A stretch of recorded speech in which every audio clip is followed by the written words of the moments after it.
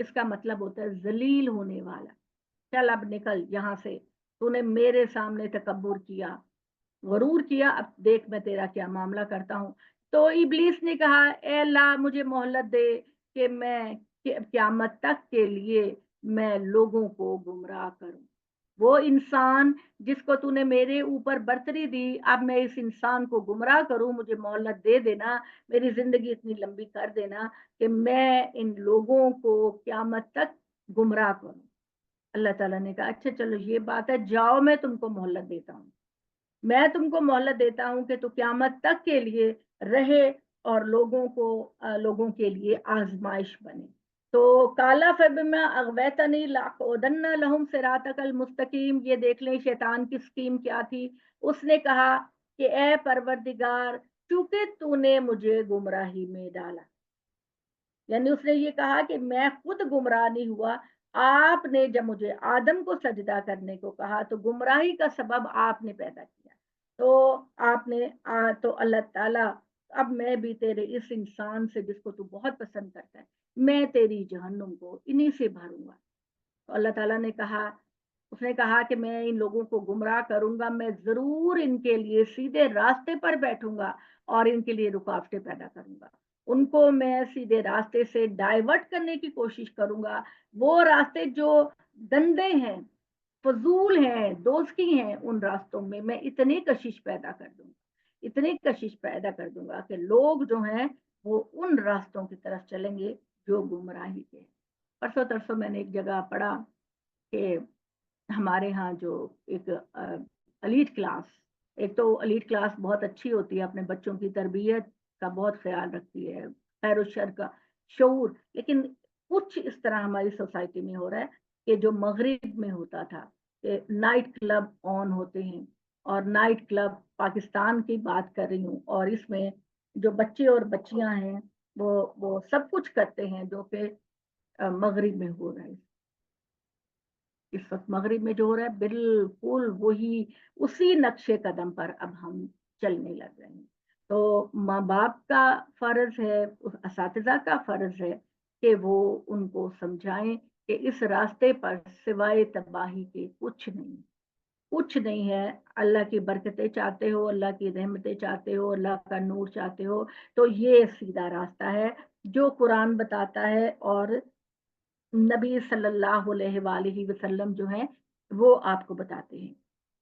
ثم اللہ, شیطان نے کہا اے اللہ میں تیرے بندوں کے سامنے آؤں گا, میں ان کے پیچھے سے حملہ کروں گا, میں ان کے دائیں سے حملہ کروں گا, میں ان کے بائیں سے حملہ کروں گا, اور میں اس وقت تک چین سے نہیں بیٹھوں گا جب تک میں اس کو گمراہ نہ کر چھوڑوں. اور جب انسان گمراہ ہوتا ہے تو شیطان دور کھڑا ہو کے تالیاں بجاتا ہے, یا اللہ آج میں نے تیرا چیلنج میں نے جیت لیا, میں نے تیرا چیلنج جیت لیا, یہ وہ تالیاں بجاتا ہے. تو اللہ تعالیٰ نے کہا کہ ان میں سے اکثر شکر گزار نہیں ہوتے. اللہ نے کل چل نکل جا, یہاں سے دفع ہو جا, یہاں سے دھتکارا ہوا بن کر, اور جو کہ تیری پیروی کرے گا میرے ان انسانوں میں سے تو میں جہنم کو ضرور ان سب سے بھر دوں گا. یہ اللہ تعالیٰ نے کہا.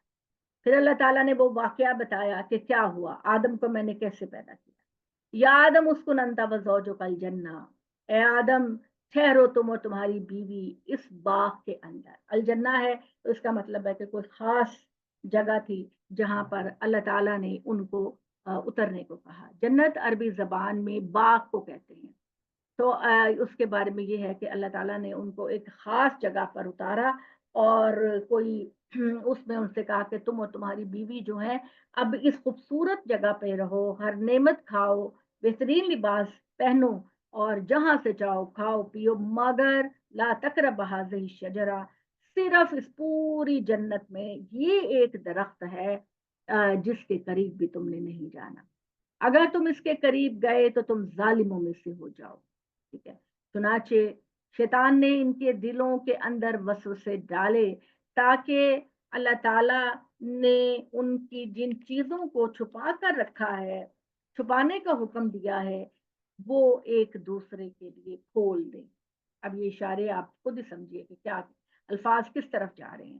تو وہ تمہارے پروردگار نے, اللہ تعالیٰ کہے گا ان کو, کیا تمہارے پروردگار نے تم کو منع نہیں کیا تھا کہ اس درخت کے قریب نہیں جانا، اس کا پھل نہیں چکھنا، مگر تم ہو جاؤ گے، اگر تم نے ان کا پھل کھایا تو تم 2 فرشتے بن جاؤ گے۔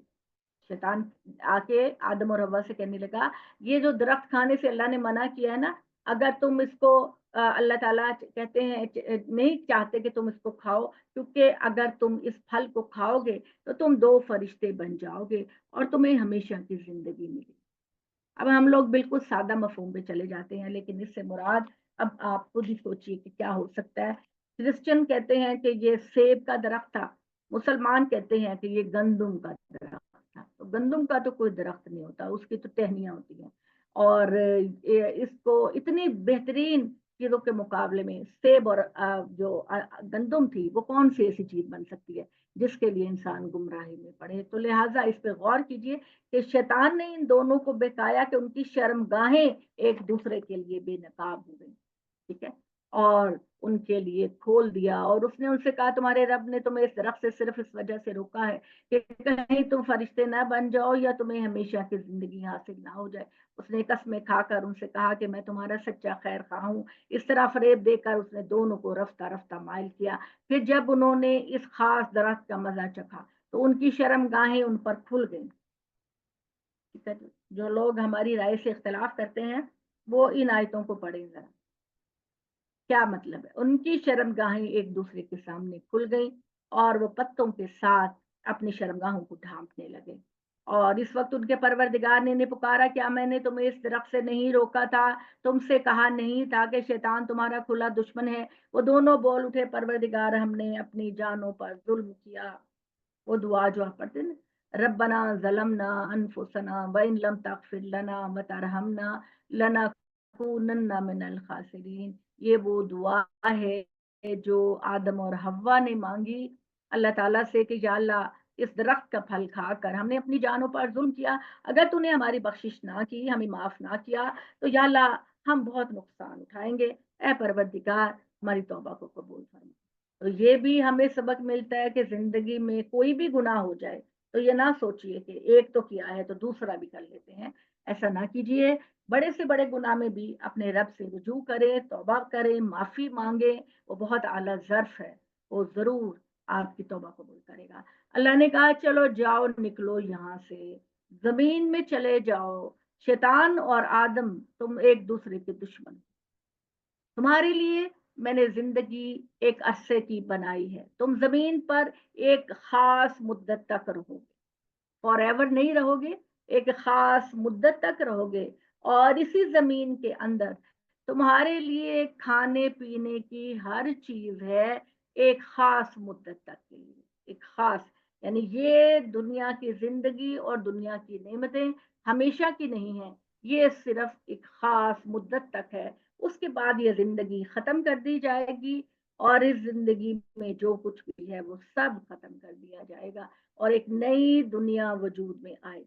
اللہ تعالیٰ بار بار یہ کہہ رہے ہیں، تو ظاہر بات ہے کہ اللہ تعالیٰ کوئی مبالغہ تو نہیں کر رہے نا، وہ ہمیں سچی باتیں بتا رہے ہیں۔ اللہ تعالیٰ نے کہا کہ اسی زمین کے اندر تم زندہ رہو گے، اسی میں مرو گے، اور اسی سے میں تم کو دوبارہ نکالوں گا، ان قبروں سے ہی میں تم کو دوبارہ نکالوں گا، ٹھیک ہے۔